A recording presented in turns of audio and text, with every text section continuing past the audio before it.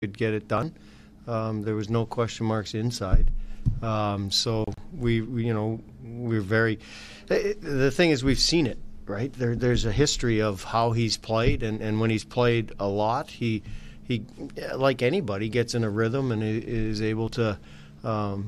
Just keep rolling and sustain, the level of play that he's had. It's been real good. He's really, as you said, been a calming effect for us, in these games when Cam's been out. Welcome in Judd's Hockey Show, JHS for short, Zolgad and Declan Goff. Dean Evison there after the Wild's 5-1 victory over Chicago, talking about Kaapo Kahkonen. Okay, let's, for the record, make this extremely clear. And we are both, we both like Dean. So, like, there's no falling out here, okay? But I think there was a misunderstanding. And Declan, I think the misunderstanding came not from JHS, but Dean himself. There were those who doubted Kaapo. I'm going to tell you right now, I'm looking at two pretty handsome guys in the picture here on the old YouTube. This show, in fact, you have been on your soapbox saying you got to play Kaapo more. And Cam was playing a ton. Now Cam is hurt. I think he's going to come back shortly. But just to clear things up for the record, I don't think this show has ever questioned Kaapo as to doubt him. I think we questioned the usage of him. Mm-hmm. And I think now it's being, for the second consecutive year with Cam Talbot out, it's being proven that if given a chance, it's not that Kaapo won't struggle at times, because he will. Everybody does. It's that I believe with Talbot out last year, he won or was undefeated, I guess, in 9 consecutive games. Mm-hmm. And now since Cam got hurt in the Winter Classic against the Blues this time, Kaapo Kahkonen, after the 5-1 win last night against the Blackhawks, 4-0-1. This show, we're on board with Kaapo Kahkonen. We are, I don't know where stands. I don't know where Crusaders, but I do know that we're on board. Yeah, he's looked damn good, dude. This is exactly what we wanted to see from him. And to be honest, I had my doubts on him going into the year for sure. I definitely did. But with the way Talbot was playing, I didn't know if it was sustainable for him to keep playing like that, and then also for the Wild to still be considered a cup contender and not burn out to Cam. And now you got a great conundrum on your hand here. I mean, Kaapo's been on an absolute roll. And yeah, Chicago's not great, which we'll get into in a little bit. But, hey, beat the teams you should beat, dude. And he saw 36 shots last night. I'm very close to getting a nice little home run and write that down after just one night. I'm not here to brag about that. Early. It's so early. I caution you against bragging about your write that down predictions in January, okay? No, this was a prediction for the week, though. Right. That's what I'm talking about. But I'm just saying it's for the year, though. So, like, just track your pitches right now. No, my prediction was for the week. I'm talking about a week that a week. No, I know, and prediction. And you're going to be proven right, and you're going to get the point. What I'm saying is, it's January. Track pitches right now. That's what I do. I track pitches. No. I start to talk smack in probably July at the earliest. I'm just letting you know that old Is Dex he Sports Sun? Was Sports very Sun. right here. I don't know. But in 13 games, he's 12-8. His just traditional stats, save percentage is a .923, GAA is .245. That's basically tell you he's just a slightly above average goalie. Goals saved above average, which is a good metric also to look at that takes a lot of shots. And does the goalie allow fluky goals? Is he allowing goals he should be stopping? And right now, he's stopping more pucks than he should be. That's a GSAA above 5, meaning he is stopping the shots he should be stopping even at a higher rate. That's 15th right now in the NHL, including goalies that have played at least 700 minutes. Mm-hmm. So, and to be honest, like, if you're going to get any type of thing out of your backup, if he can be average at the end of the day, when you look at his cumulative stats and can he be average, can he not be a detriment? That's all you can ask for from Kaapo. And to be honest, like over this long stretch, he has been above average, so I'm not trying to undersell him there either. But he got off to a little bit of a rocky start because he didn't play so much. But now with Cam Talbot's injury, this creates a good problem to have, man. You're going to get into the February schedule with now these games that have been re-added after the COVID pause and COVID cancellations. Well, this is good. Like, and I know I could see I could see why Dean's going back to Kaapo for the Saturday game for the second of the heel of the back-to-back. I wouldn't have been shocked if he started Andrew Hammond. Like I wouldn't have been shocked if Hammond got a start. But I don't think they really want to play him. They don't. If Talbot's indeed tracking back, maybe he gets Monday. Maybe because they're back in action on, I believe, on Monday against Montreal at home again. So maybe that's an easy game for Cam to kind of get eased in since Montreal's kind of a dumpster fire. But I think in general, this is good. Kaapo Kahkonen is creating a good problem for the Wild. Yes, and I think so with what you just discussed, which is the revamped schedule. I want to say the Wild has 40-some games in 90-some days until the playoffs start. And the one thing that I will point out that I think is important is this. With a schedule like that, where you are essentially going to play every other day for quite a while, I would caution against falling in love with the notion of riding the hot hand there. They both have to play. And so I know that hockey people in particular, coaches, love to, Cam Talbot, we can't sit Cam, right? But like this is about the long play too. Yep. So I'm not saying do something dumb. What I am saying is don't do something dumb by if Cam comes back and Cam plays great, well, we just have to start Cam. And then we have to start Cam again. And I don't think that these guys will. I think they're smarter than that. But the other thing, Dex, off of this is, I think it was towards the end of last year when Kaapo got a chance, and by this point in time, Cam Talbot was back. Mm-hmm. He scuffled a little bit and struggled. I think you're going to have some patience, and hopefully you can continue to bank points where you can say, if the guy is scuffling, and I don't mean he's awful, but I just mean he's scuffling. He's not playing great. Right. Where you can say, we need to get him out of that slump. Like it can't be, well, Cam's playing well, and Kaapo, he's struggling just a bit again, so he's done. Now, the playoffs, different ballgame. That changes it. But the long play, Dex, is the playoffs, right? And with the aggressive schedule that the Wild has, and hell, all teams are basically going to have now, I think what you need to do is have the playoffs in mind and positioning yourself as smart as possible, which is why banking your points, which this team can do, is so important. Because what you don't want is we got to win this game in March, and now we got to win this game, and that's a problem. But I don't think that this team is going to have that problem.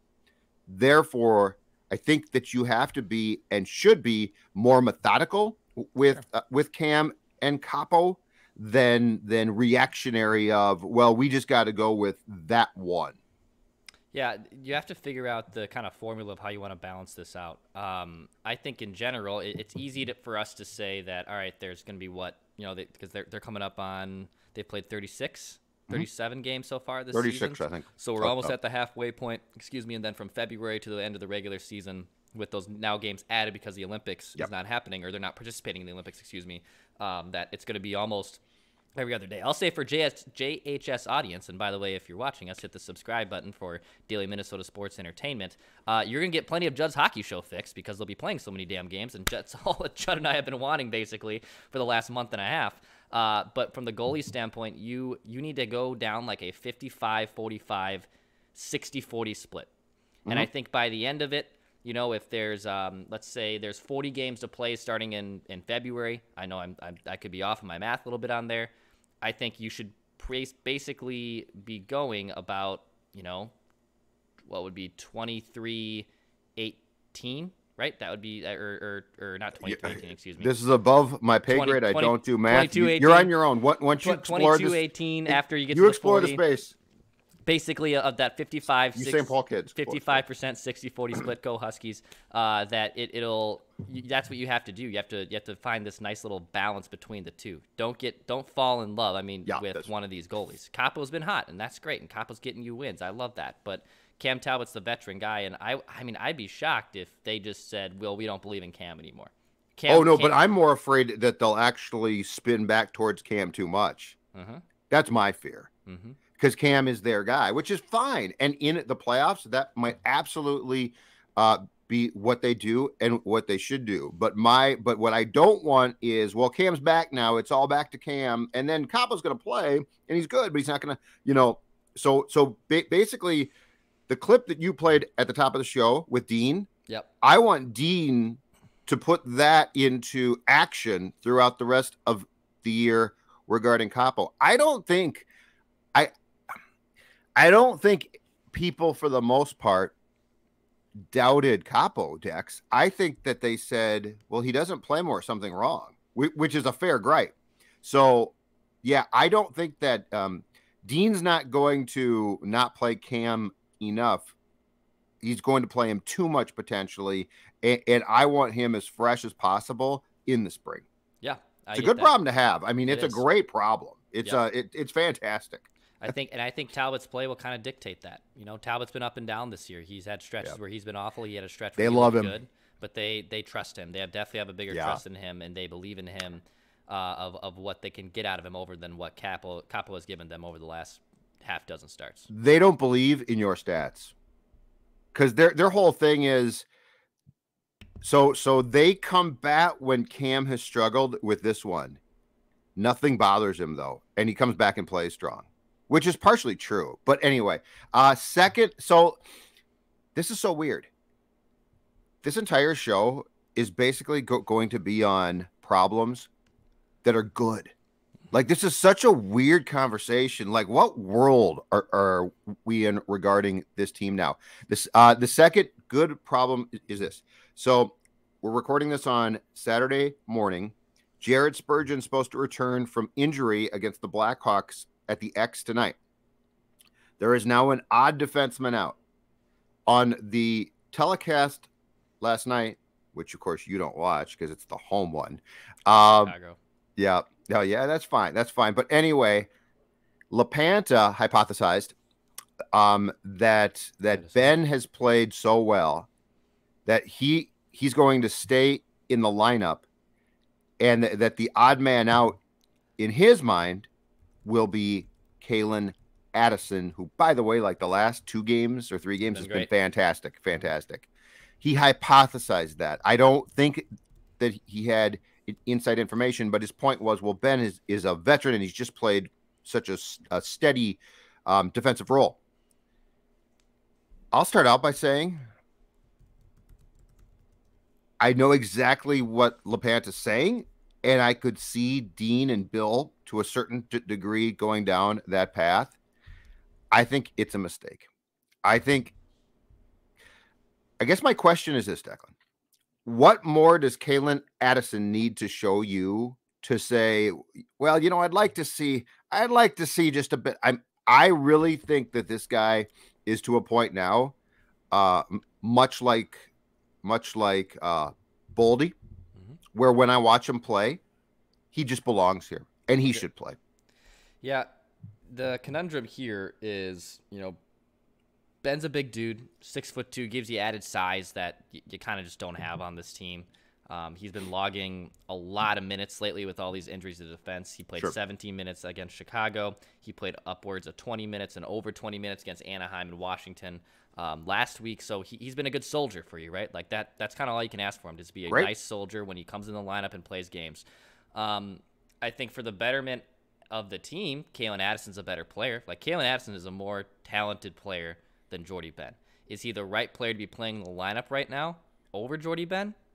That's where they kind of have to figure out what they want to do there. You're not going to take Merrill out. You're certainly not going to take Kulikov out. Nope. So this is, a good problem to have. But, I mean, I kind of think what's frustrating is they haven't really given Calen a fair shake up until these last few games when they've had to play him because there's been injuries. And, that's how kind of guys – in all sports, it happens in baseball all the time. The best opportunities come when someone gets injured, unfortunately, not because he deserves to play over this healthy person. It's injuries usually are what dictates that.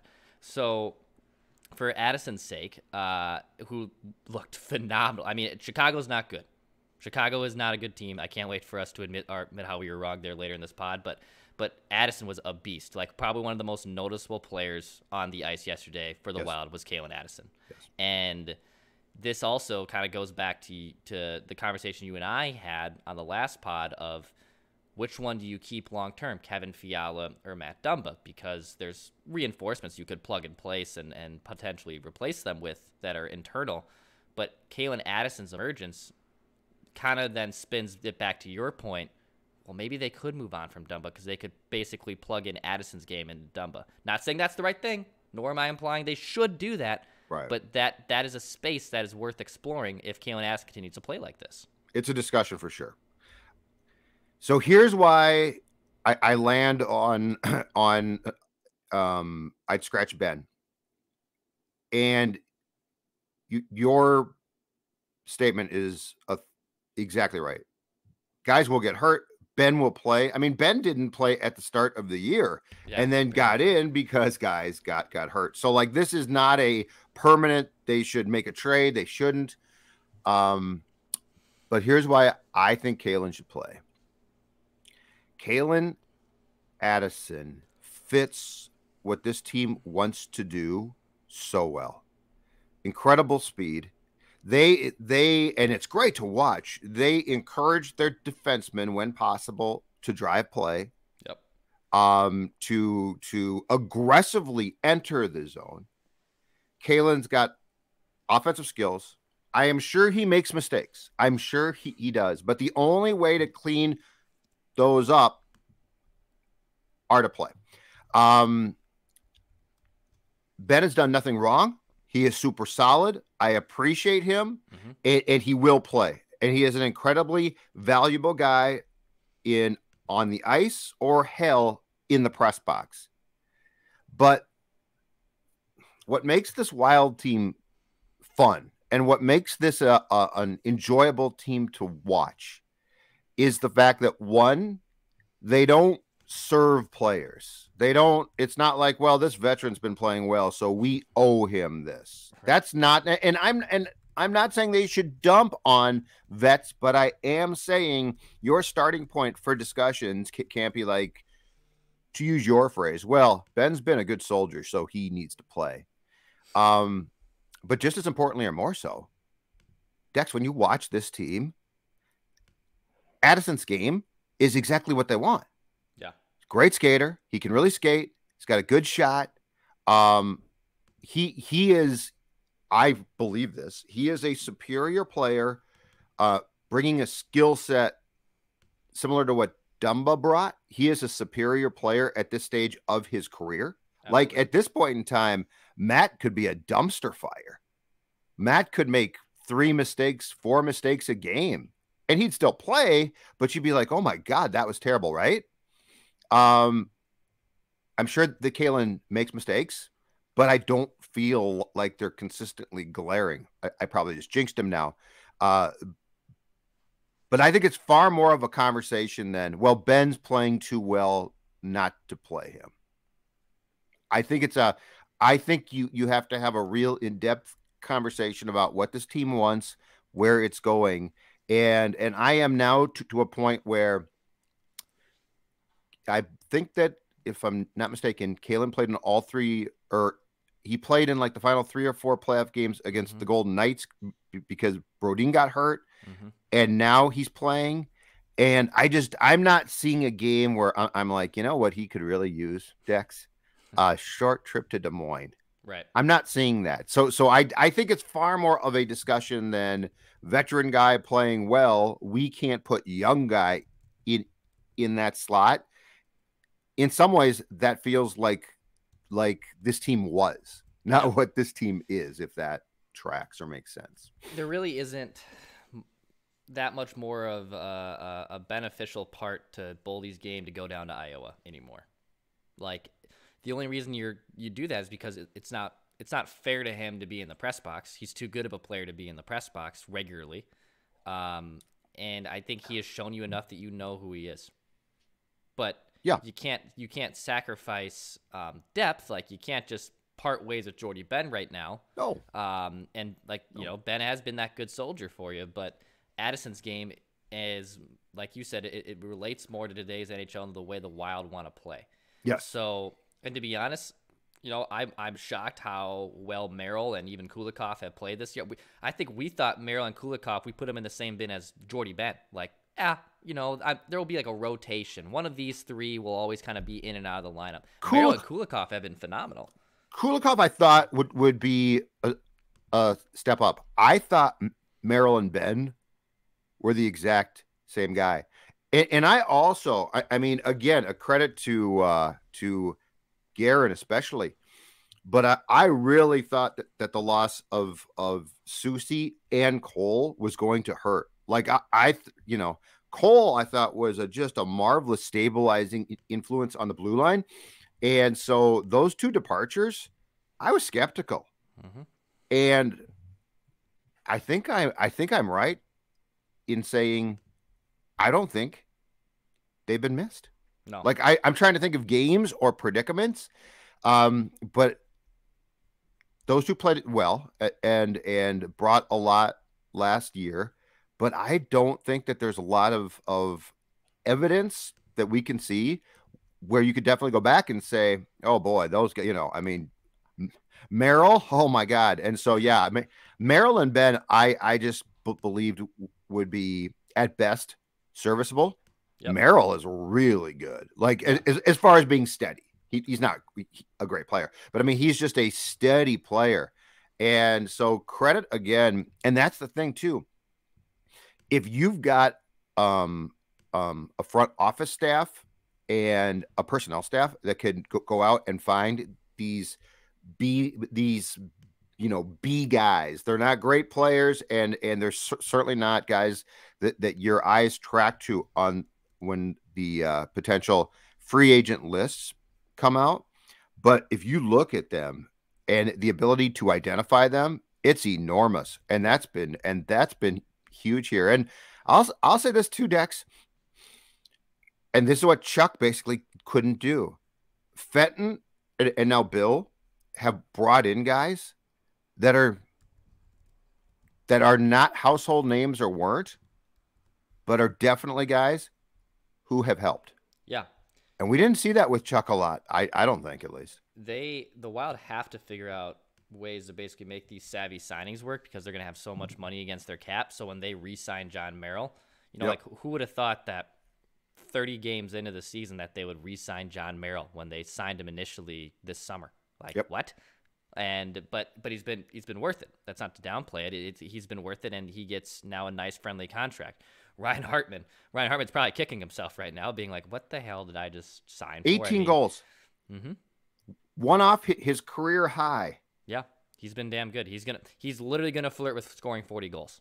Yes. Ryan Hartman's gonna flirt with scoring 40 playing goals for this nothing. Season, who probably has, I think, a pittance. Just completely spitballing here. Probably had 40 goals in his career coming in to this season. Like he's never been someone who scores a ton. So, so finding these bargain bin signings and then plugging and playing them long term, they have to do that. They have to play Boldy on the entry level contract. They have to play Rossi on their entry level contract. They can't go really big game hunting in free agency for the next few years.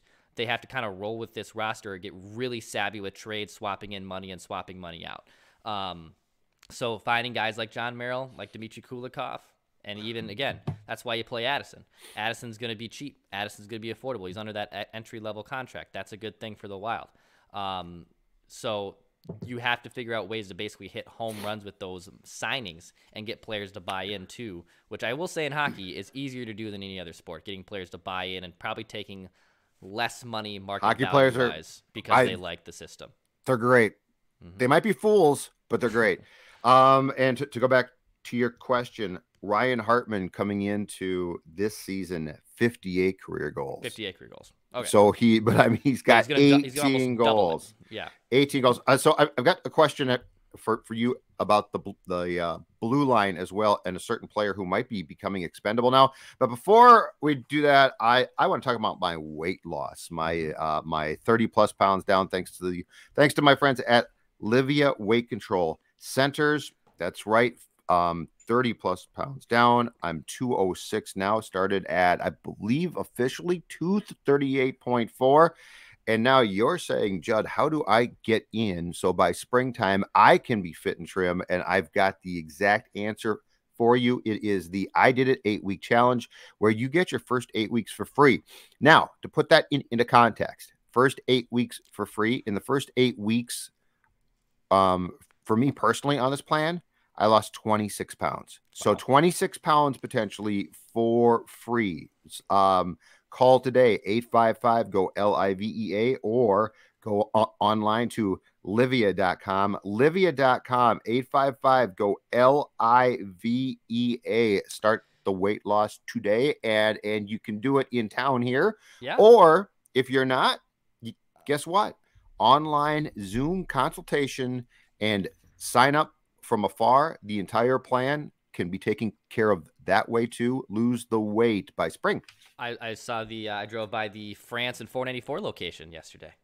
Yeah. Right in Bloomington air, right Yep. in that area. Very right convenient. By it. Yep, I saw it. I was like, I thought of Judd Zolgad. I didn't see him waltzing out of there with his new healthy Minnetonka. snacks and new body. But you go to the Minnetonka location. I go to the Minnetonka too. location. There's locations all They're over great. the metro. And the nice thing too is no pressure. They help you.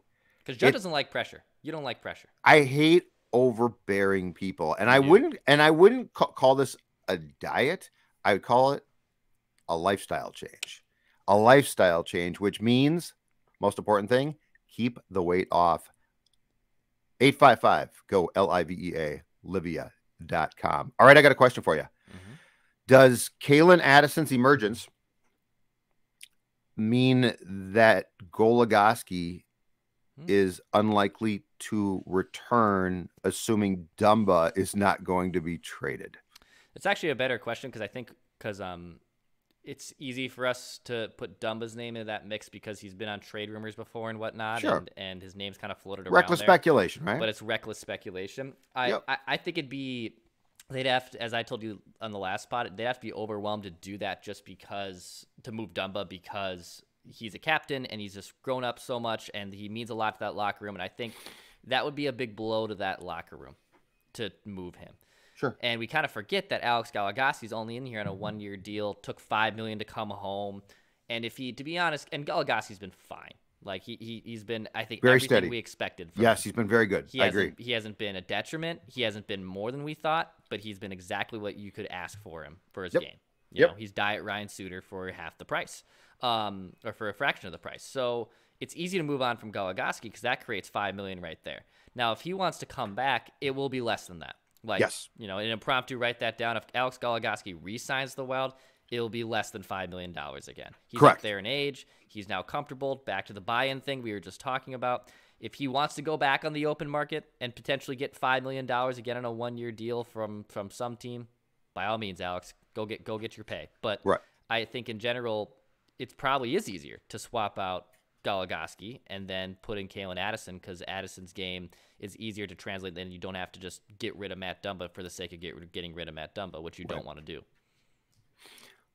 Yeah, and so what we heard was that there was a chance that Alex would re-sign at some point before the season ended.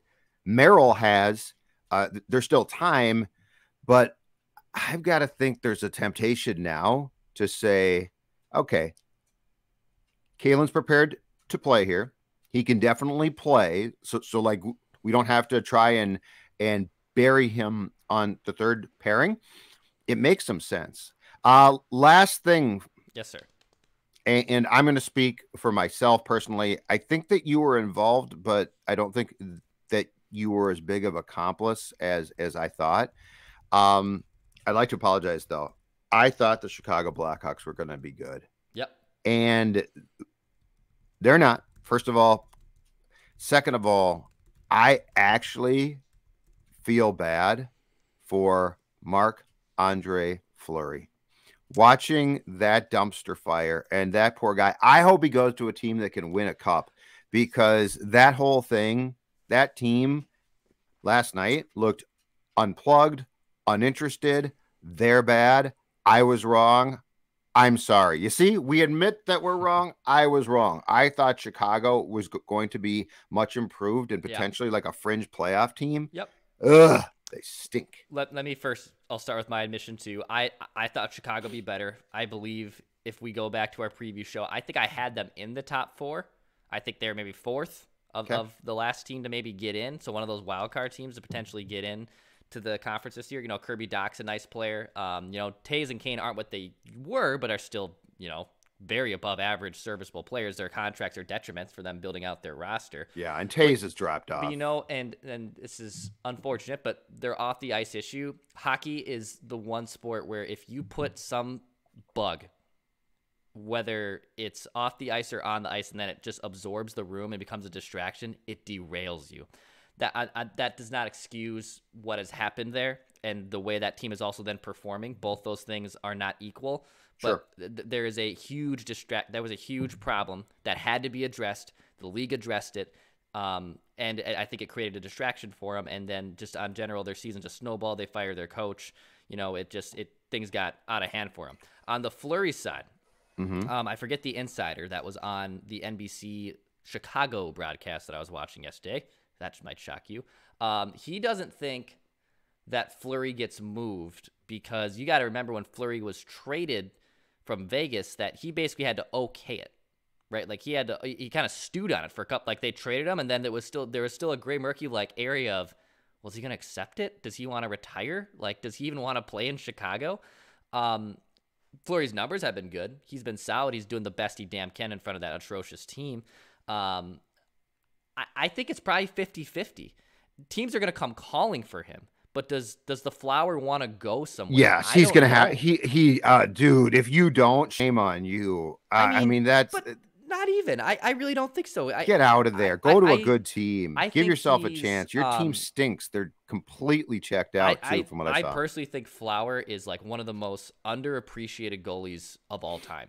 I he's very good. Think so. And he's a Hall of Fame goalie. He's a Hall of Fame goaltender. He's up there in almost every major statistic. But get out. And he's won cups. And I do think there's a misperception of him over his career because of how things kind of finished in Pittsburgh. Well, the playoff derailment at that time hurt him. But he is legitimately one of the best goalies of all time. Very good goalie.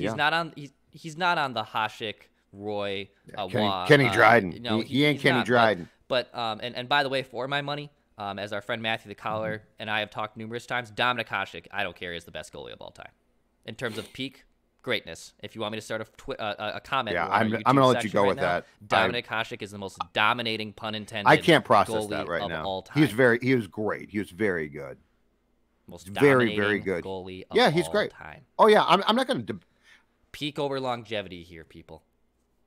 I'm not starting a war. I'm not in a mental place to debate that right now. Okay? I think, did I hear Stella too? Did Stella want takes? Stella's upset. She wanted to be petted. I right now I'm trying to just drink my coffee from my surly cup here and enjoy the morning and talk about the good problems that I'm trying to start a war. The Wild has, and you're trying to go back into goaltending history. I'm not in a place right now for that. Okay, fine. Let's keep that for a Wednesday when I'm really set to go. Tell me I'm wrong in the YouTube comment section. Look at any other 8-year stretch of any goaltender. He's a great goaltender. Yeah, he's a great goaltender. There's no question about it. But yeah, Flower, come on. Don't. If you sit there with that crappy team, I mean, that is a total. But so the teams that in the division, I guess it surprised me the most because I thought that they would be far better than they are, the Blackhawks and the Jets probably. Yeah. But I saw a team in Chicago last night. I don't think they cared. I think that they were that first goal beat the Flower, and they're like, okay, whatever. Let's get this thing done with. And so I don't know if they're going to come back tonight and actually care. But you know what? If you're the Wild, you don't care because you want to bank points and Walls on the Bally Sports North telecast brought this up last night too, and he's exactly right. How nice if you're a Wild fan after all of these years of Kane and Tays, and I mean Kane's incredible. He's still damn good. He was incredible. How nice is it to either go to a Hawks Wild game or flip on your TV and you've got the current day Kane. Yeah. It's Kaprizov. Kaprizov's your guy. Yep. So, but I mean, for how long did the Wild was good, not great, but the Blackhawks were always superior because of Tays and Kane. Yep. And largely Kane. Yep. Like the Stanchion goal, bad luck. It's still Kane scored that goal, and it was beautiful. Yeah. So come on. And last thing, great. the greatest anthem in sports. Right on. My bleep. The greatest anthem in sports, the United Center, where they all are just yelling and singing during the national anthem. Yep. No. Oh, I love that one. I hate it. And Dagger, Chelsea Dagger, fantastic. I was glad the Blackhawks scored a goal last night just to hear that. No, I think Chelsea Dagger's fantastic. North Dakota plays it. I don't care. I don't like North Dakota. That's a you problem from college. I think Chelsea Dagger, it's a terrible song. I love that era and genre of music. No, that is a terrible song. The Blackhawks, flat out, from a game op standpoint, after a goal, top 3, and I'd put them number 1 in the National Hockey League. God, I'd put them number 1. It's outstanding. It's outstanding, and the anthem thing is great. I don't know what you're talking about. It's a mess. We're done. I don't want to fight. I purposely said I don't want to fight, and you know, as my sports son, that you can pull me in and get me to fight. I can. Congratulations. Tell the people where they can get more Score North content. Hit the subscribe button for daily Minnesota sports entertainment on this YouTube channel. Mackie and Judd, I'm Declan Goff. We're also on Apple, Spotify. The Score North app is a central hub for everything we do. Check out our Purple Daily YouTube page. Looks like the Vikings are going to be naming a GM here in the next coming days. Hopefully, there's a couple finalists, so head on over there for everything Vikings-related content. For Judd Zolgad, for Declan Goff, and for our friend of the show, Bill Guerin, Pass, Shoot, Score. Listen, you guys know what this is all about, right? Right? What's it all about? Spurgey? Hard work and having fun. That. This is about winning.